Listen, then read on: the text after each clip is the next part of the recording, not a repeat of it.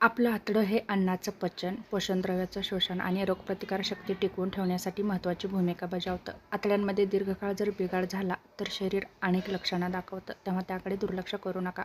पहिलं म्हणजे पोट वेळेवर साफ न होणं. हे सर्वात सामान्य लक्षण आहे. सतत बद्धकोष्ठता, शौचाला खूप जोर लावावा लागत असेल आणि पोट पूर्ण साफ न झाल्याची भावना असेल तर आतड्यांचं कार्य नक्कीच बिघडलेलं आहे. दुसरं म्हणजे वारंवार जुलाब होणं. सतत पातळ शौच, दिवसातून अनेक वेळा शौचाला जाणं, बद्धकोष्ठता आणि जुलाब जर होत असतील तर हे आतड्याच्या विकाराचं लक्षण आहे. दुसरं म्हणजे पोट फुगणं आणि गॅस.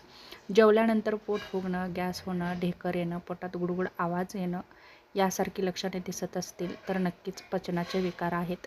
पोटदुखी किंवा मुरडा. पोटात वारंवार दुखणं, मुरडा येणं, शौचानंतरही शौच पूर्ण झाल्याची भावना न होणं, त्याचप्रमाणे शौचातून रक्त किंवा काळपट रंग दिसणं, अचानक वजन कमी होणं.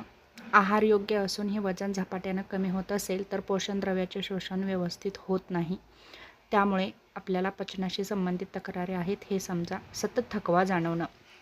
आतड्यामधून लोह, व्हिटॅमिन B12, फोलेट, इतर पोषणद्रव्याचे पोषण कमी झाल्यामुळे अशक्तपणा आणि थकवा जाणवतो. भूक कमी लागणं. सतत भूक न लागणं, थोडं खाल्लं तरी पोट भरल्यासारखं वाटणं, मळमळ होणं. त्याचप्रमाणे त्वचेच्या समस्या. काही लोकांमध्ये आतड्यांच्या आरोग्याचा परिणाम त्वचेवर दिसतो. त्यामुळे वारंवार पुरळ, खाज, कोरडी त्वचा दिसते. तोंडाची दुर्गंधी येते. वारंवार तोंड येणं किंवा जिभेवर जाड पांढरा थर दिसणं याचा संबंध पचनाशी संबंधितच असू शकतो. रोगप्रतिकार शक्ती कमी होणं. वारंवार सर्दी, खोकला होणं, कारण नसताना रोगप्रतिकार क्षमता कमी होणं, खूप अशक्तपणा जाणवणं, अन्न सहन न होणं, पूर्वी सहज पचणारं अन्न खाल्ल्यावर आत्ता पोटामध्ये गॅस, जुलाब होत असेल तर नक्कीच पचनाचे विकार झालेले आहेत. त्याचप्रमाणे ॲसिडिटी आणि अपचन.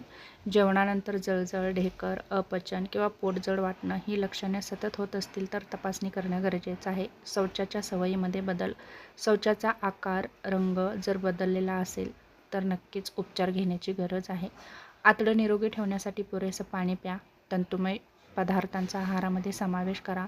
दही, ताक यासारख्या प्रोबायोटिक पदार्थांचा आहारामध्ये समावेश करा. नियमित व्यायाम करा. पुरेशी झोप घ्या.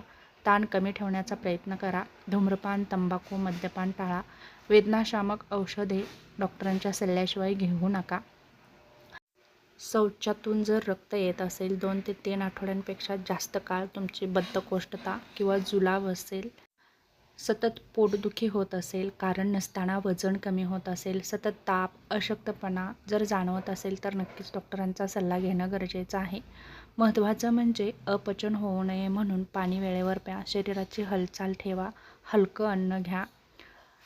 पण जर ही लक्षणे वारंवार दिसत असतील तर योग्य ती तपासणी करणं गरजेचं आहे आणि जर लवकर निदान झालं तर त्यावरती योग्य ते उपचार घेऊन आपण आपल्या आतड्याचं आरोग्य सुधारू शकतो आणि निरोगी नक्कीच राहू शकतो. त्यासाठी दिसणाऱ्या लक्षणांकडे दुर्लक्ष न करता वेळीच सावध होऊन योग्य ते उपचार घेणं खूप महत्त्वाचं आहे.